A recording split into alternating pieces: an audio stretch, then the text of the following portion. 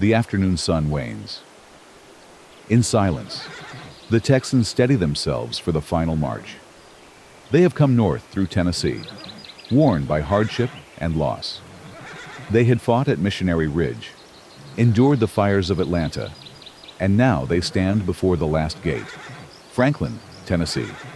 Atop Winstead Hill, Brigadier General Daniel Govan of Arkansas, serving under Patrick Cleburne, reflects on Hood's grim order to take Franklin at all hazards. Turning to his division commander, he remarks, "Well, General, few of us will ever return to Arkansas to tell the story of this battle." Cleburne, calm and resolute, answers, "Well, Govan, if we are to die, let us die like men." This is the story of the Texans who died like men at the Battle of Franklin.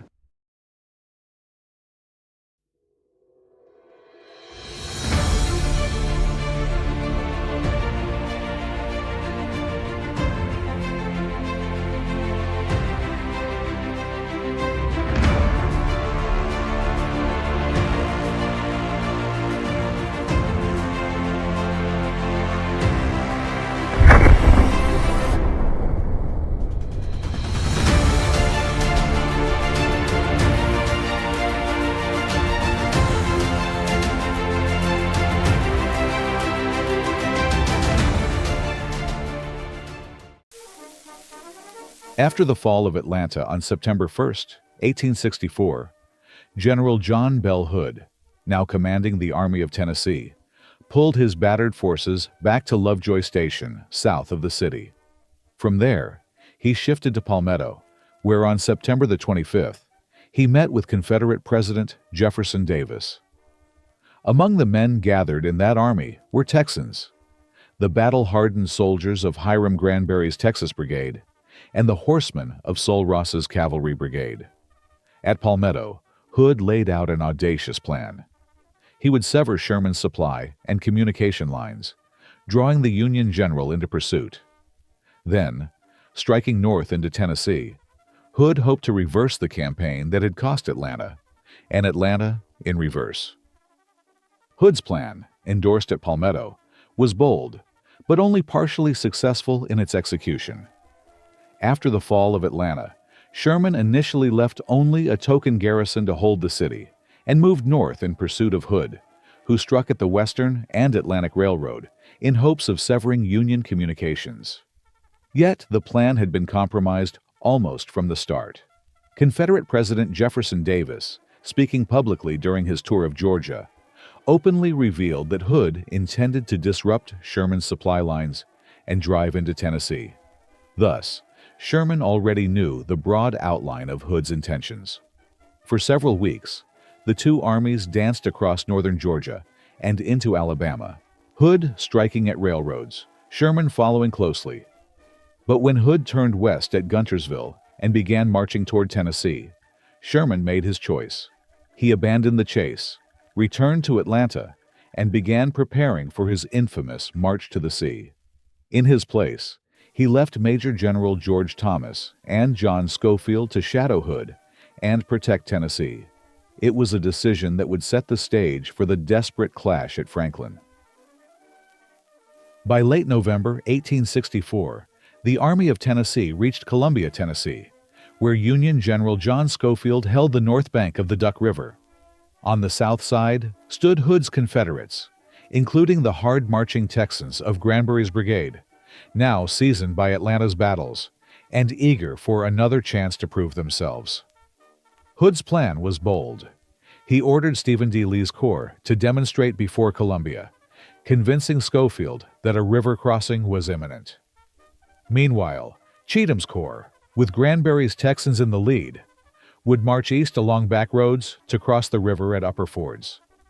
Once across, they would swing north and seize the Columbia-Franklin Turnpike, Schofield's only road to Nashville. After the war, Hood would write in his memoir, "I was confident that after Schofield had crossed the river and placed that obstruction between our respective armies, he would feel insecurity and would remain in his position at least a sufficient length of time to allow me to throw pontoons across the river about 3 miles above his left flank, and, by a bold and rapid march, gain his rear before he was fully apprised of my object. By the night of November 28th, Hood's trap seemed nearly ready.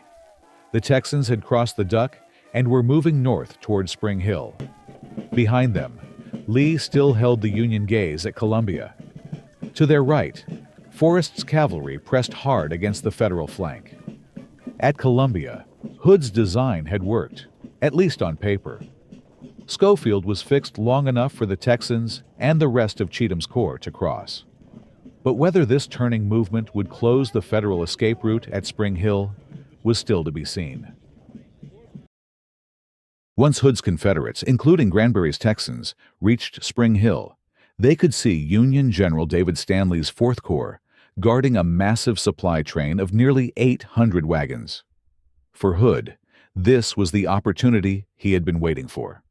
He called forward his Corps Commander Benjamin Cheatham and Division Commander Patrick Cleburne, and gave explicit orders: seize the wagons, secure the Columbia-Franklin Pike, and block Schofield's line of retreat. But as the afternoon wore on, confusion reigned. Orders were delayed, attacks half-hearted, and precious daylight slipped away. Cheatham's corps did not press with the force required, and Union troops held their ground long enough for night to fall. Incredibly, as Confederate brigades, including Granbury's Texans, made camp along the turnpike itself, Schofield's entire army marched past in the dark, scarcely a stone's throw away. By dawn, the Federals had slipped through the trap, safe behind new defenses at Franklin.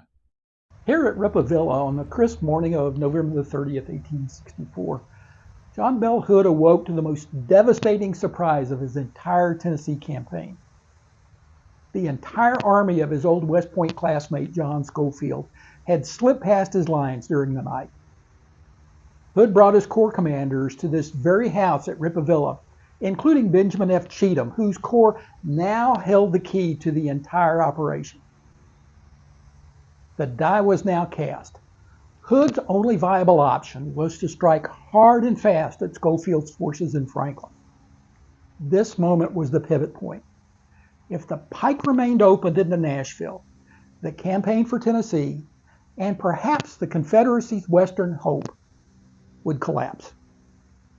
For the Texas soldiers of Granbury's Texas Brigade, who had marched into Middle Tennessee expecting to trap Schofield's army, this was a moment of reckoning, not just for the strategy, but for their fate. Hood's frustration here would become the catalyst for the desperate assault at Franklin. John Bell Hood wrote of Spring Hill after the war in his book Advance and Retreat. At early dawn, the troops were put in motion in the direction of Franklin, marching rapidly as possible to overtake the enemy before he crossed the Big Harpeth River, 18 miles from Spring Hill. A sudden change in sentiment here took place among officers and men. The army became metamorphized, as it were, in one night. A general feeling of mortification and disappointment pervaded its ranks. The troops appeared to recognize that a rare opportunity had been totally disregarded and manifested, seemingly, a determination to retrieve, if possible, the fearful blunder of the previous afternoon and night. Here at Winstead Hill, the Confederate Army of the Tennessee formed its lines on the afternoon of November the 30th, 1864. Before them lay 2 miles of open ground leading to Franklin and an awaiting Federal army.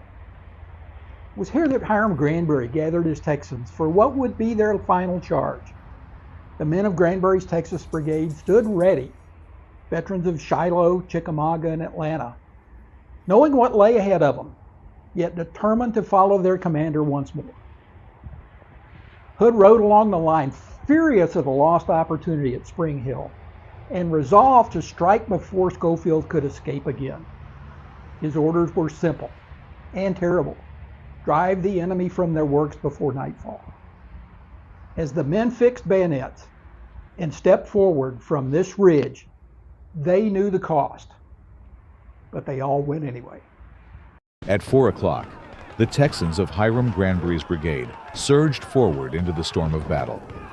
The men pressed the Federals hard, driving them back from their first line. Amid the fury of musket fire, Granbury urged his men onward. Forward, men, forward! Never let it be said that Texans lag in the fight.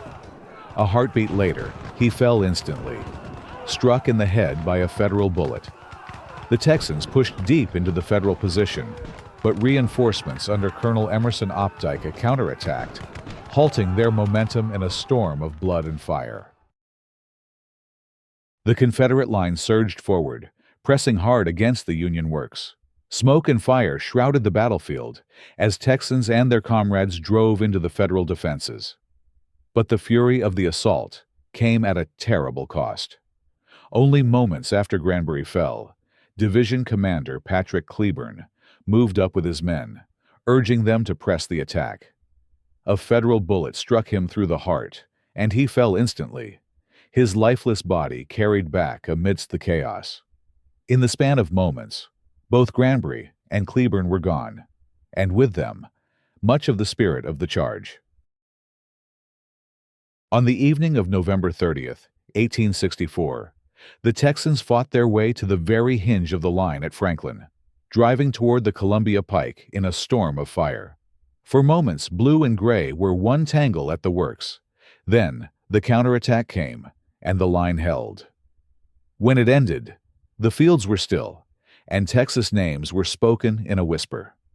Today, a Texas monument stands here at the Texans' high water mark, placed to remember the men of Granbury's brigade and other Texans who pressed deepest into the Federal line. It was set in Carter Hill Battlefield Park and dedicated in May 2024, raised through the work of local preservationists and the state of Texas to honor the Texans who fought and fell on this ground. It marks sacrifice, and it fixes memory to place. Here, where the Pike once ran red, the stone keeps vigil for the Texans who stepped forward when the order came. Standing here at Carnton, we remember one of the most tragic nights of the Civil War. The Battle of Franklin was a bloodbath. The Confederate Army lost around 6,200 men killed, wounded, or captured, including Generals Hiram Granbury and Patrick Cleburne. Union losses by comparison were far lighter, about 2,300 casualties.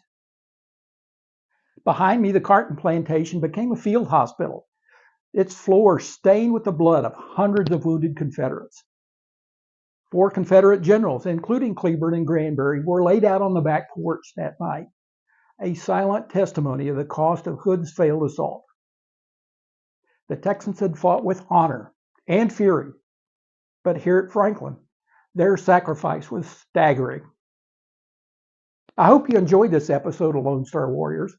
If you did, please like and subscribe so you don't miss any of the stories of Texans in the Civil War.